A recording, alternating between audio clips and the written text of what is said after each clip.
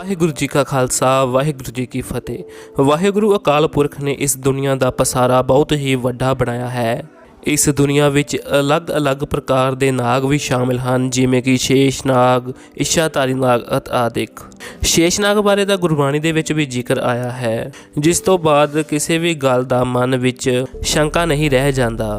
ਗੁਰਬਾਣੀ ਵਿੱਚ ਆਇਆ ਹੈ ਕਿ ਸ਼ੇਸ਼ ਨਾਗ ਦੇ 1000 ਫਨ ਹਨ ਅਤੇ ਉਹ ਇੱਕ ਦਿਨ ਦੇ ਵਿੱਚ ਰੋਜ਼ 1000 ਫਨ ਦੇ ਨਾਮ ਨਾਲ ਉਸ ਅਕਾਲ ਪੁਰਖ ਦਾ ਇੱਕ ਨਵਾਂ ਨਾਮ ਜਪਦਾ ਹੈ।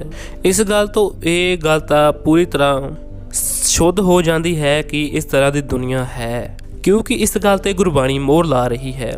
ਅੱਜ ਅਸੀਂ ਜੋ ਘਟਨਾ ਆਪ ਜੀ ਨਾਲ ਸਾਂਝੀ ਕਰਨ ਜਾ ਰਹੇ ਹਾਂ, ਇਹ ਅਨੰਦਪੁਰ ਸਾਹਿਬ ਤੋਂ ਕੁਝ ਕੁ ਮੀਲ ਤੇ ਪੈਂਦੇ ਪਿੰਡ ਦੀ ਹੈ, ਜਿੱਥੇ ਕਿ ਨਿਹੰਗ ਸਿੰਘਾਂ ਦੀ ਇੱਕ ਛਾਉਣੀ ਸੀ ਅਤੇ ਉਹ ਕਾਰ ਸੇਵਾ ਕਰ ਰਹੇ ਸਨ। ਉਹਨਾਂ ਨਿਹੰਗ ਸਿੰਘਾਂ ਨੂੰ ਕਾਰ ਸੇਵਾ ਕਰਦਿਆਂ ਨੂੰ ਹਲੇ ਥੋੜ੍ਹਾ ਸਮਾਂ ਹੀ ਬੀਤਿਆ ਸੀ ਕਿ ਉੱਥੇ ਉਹਨਾਂ ਕੋਲ ਇੱਕ ਨਿਹੰਗ ਸਿੰਘ ਆਇਆ, ਜਿਸ ਦੀਆਂ ਅੱਖਾਂ ਪੂਰੀ ਤਰ੍ਹਾਂ ਗੋਲ ਸਨ। ਉਹ ਵੀ ਨਿਹੰਗ ਸਿੰਘਾਂ ਦੇ ਨਾਲ ਰਲ ਗਿਆ ਅਤੇ ਗੁਰੂ ਨਾਨਕ ਪਾਤਸ਼ਾਹ ਦੇ ਘਰ ਦੀ ਸੇਵਾ ਕਰਨ ਲੱਗਿਆ।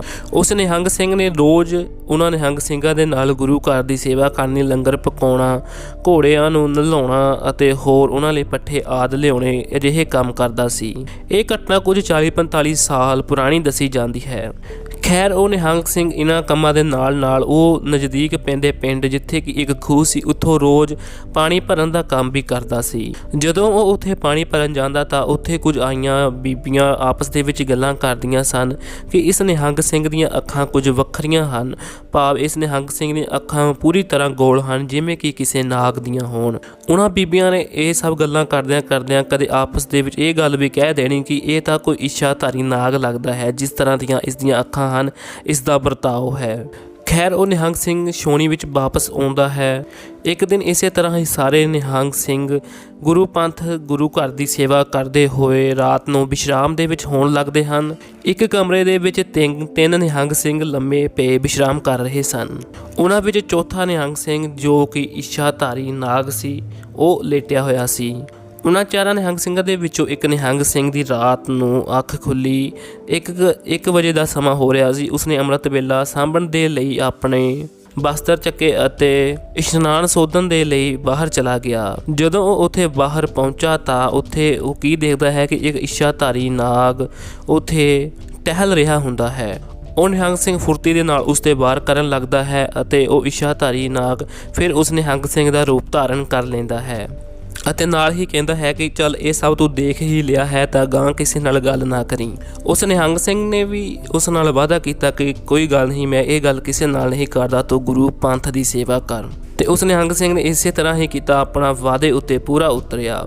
ਇੱਕ ਦਿਨ ਜਿੱਥੇ ਨਿਹੰਗ ਸਿੰਘਾਂ ਦੀ ਛਾਉਣੀ ਸੀ, ਉਸ ਦੇ ਨਾਲ ਲੱਗਦੇ ਪਿੰਡ ਦੇ ਵਿੱਚ ਇੱਕ ਜੋਗੀ ਆ ਗਿਆ। ਕਹਿੰਦੇ ਹਨ ਕਿ ਜੋਗੀਆਂ ਦੇ ਕੋਲ ਐਸੀ ਸ਼ਕਤੀ ਹੁੰਦੀ ਹੈ ਜਿਨ੍ਹਾਂ ਨਾਲ ਉਹਨਾਂ ਨੂੰ ਆਭਾਸ ਹੋ ਜਾਂਦਾ ਹੈ ਕਿ ਇੱਥੇ ਕੋਈ ਇੱਛਾਧਾਰੀ ਨਾਗ ਰਹਿ ਰਿਹਾ ਹੈ, ਅਤੇ ਇਹ ਵੀ ਕਿਹਾ ਜਾਂਦਾ ਹੈ ਕਿ ਇੱਛਾਧਾਰੀ ਨਾਗ ਨੂੰ ਵੀ ਪਤਾ ਲੱਗ ਜਾਂਦਾ ਹੈ ਕਿ ਮੈਨੂੰ ਕੋਈ ਪਕੜਨ ਦੇ ਲਈ ਆ ਰਿਹਾ ਹੈ। ਦੋਨਾਂ ਨੂੰ ਆਭਾਸ ਹੋਇਆ।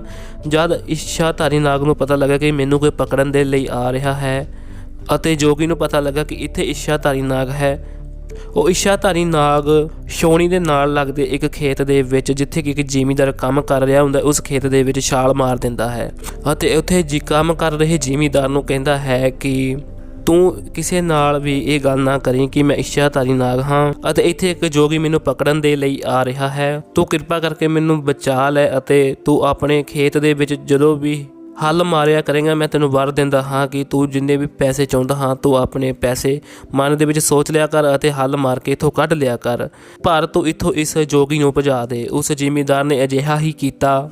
ਜਦੋਂ ਉਹ ਜੋਗੀ ਇਸ ਖੇਤ ਦੇ ਵਿੱਚ ਵੜਨ ਲੱਗਾ ਤਾਂ ਉਸਨੇ ਬੀਨ ਵਜਾਉਣੀ ਸ਼ੁਰੂ ਕਰ ਦਿੱਤੀ ਤਾਂ ਯਕਦਮ ਹੀ ਉਸ ਜ਼ਿਮੀਂਦਾਰ ਨੇ ਉਸ ਜੋਗੀ ਨੂੰ ਰੋਕ ਦਿੱਤਾ ਅਤੇ ਮਨਾ ਕੀਤਾ ਕਿ ਤੂੰ ਇੱਥੇ ਵੀਣ ਨਾ ਵਜਾ, ਮੈਨੂੰ ਕੰਮ ਕਰ ਲੈਣ ਦੇ, ਤੂੰ ਕਿਤੇ ਹੋਰ ਪਾਸੇ ਆਪਣਾ ਡੇਰਾ ਲੈ ਕੇ ਜਾ। ਉਸ ਜੋਗੀ ਨੇ ਉਸ ਇਕੱਲੇ ਜ਼ਿਮੀਂਦਾਰ ਦੀ ਗੱਲ ਨਾ ਮੰਨੀ ਤਾਂ ਪਿੰਡ ਦੇ ਹੋਰ ਲੋਕ ਵੀ ਉੱਥੇ ਇਕੱਠੇ ਹੋ ਗਏ ਅਤੇ ਉਸ ਜੋਗੀ ਨੂੰ ਉੱਥੋਂ ਭਜਾ ਦਿੱਤਾ ਅਤੇ ਮੁੜ ਉਹ ਇੱਛਾਧਾਰੀ ਨਾਗ ਨਿਹੰਗ ਸਿੰਘ ਦਾ ਰੂਪ ਲੈ ਕੇ ਪੰਥ ਦੀ ਸੇਵਾ ਵਿੱਚ ਹਾਜ਼ਰ ਹੋ ਗਿਆ। ਅਤੇ ਕੁਝ ਦਿਨਾਂ ਬਾਅਦ ਹੀ ਉਸ ਕਿਸਾਨ ਦੀ ਲੜਕੀ ਦਾ ਵਿਆਹ ਸੀ, ਆਨੰਦ ਕਾਰਜ ਸੀ, ਅਤੇ ਉਸਨੇ ਜਿਵੇਂ ਉਸ ਇੱਛਾਧਾਰੀ ਨਾਗ ਨੇ ਉਸਨੂੰ ਵਰ ਦਿੱਤਾ ਸੀ, ਉਸਨੇ ਉਹ ਖੇਤ ਵਿੱਚ ਆਇਆ ਅਤੇ ਉਸਨੇ ਹੱਲ ਮਾਰਿਆ ਅਤੇ ਮਨ ਚਾਹੇ ਪੈਸੇ ਉੱਥੋਂ ਕੱਢ ਕੇ ਲੈ ਗਿਆ। ਇਹ ਗੱਲ ਸੁਣ ਕੇ ਤਾਂ ਸੱਚ ਹੋ ਜਾਂਦਾ ਹੈ ਕਿ ਜਿਵੇਂ ਦੇਵੀ ਦੇਵਤੇ ਵੀ ਕੇਸਾਂ ਦੇ ਨਾਲ ਗੁਰੂ ਨਾਨਕ ਪਾਤਸ਼ਾਹ ਦੇ ਦਰ ਤੇ ਝਾੜੂ ਦਿੰਦੇ ਹਨ, ਇਸੇ ਤਰ੍ਹਾਂ ਸਾਰੇ ਜੀਵ ਹੀ ਗੁਰੂ ਨਾਨਕ ਪਾਤਸ਼ਾਹ ਦੇ ਘਰ ਦੀ ਸੇਵਾ ਲੋਚਦੇ ਹਨ। ਪਰ ਬੁਰਾ ਲੱਗਦਾ ਹੈ ਜਦੋਂ ਆਪਣੇ ਸਿੱਖ ਹੀ ਗੁਰੂ ਗ੍ਰੰਥ ਸਾਹਿਬ ਨੂੰ ਛੱਡ ਕੇ ਬੜੀਆਂ ਮਸਾਣੀਆਂ ਤੇ ਮੱਥਾ ਟੇਕਦੇ ਹਨ। ਵਾਹਿਗੁਰੂ ਜੀ ਕਾ ਖਾਲਸਾ, ਵਾਹਿਗੁਰੂ ਜੀ ਕੀ ਫਤਿਹ।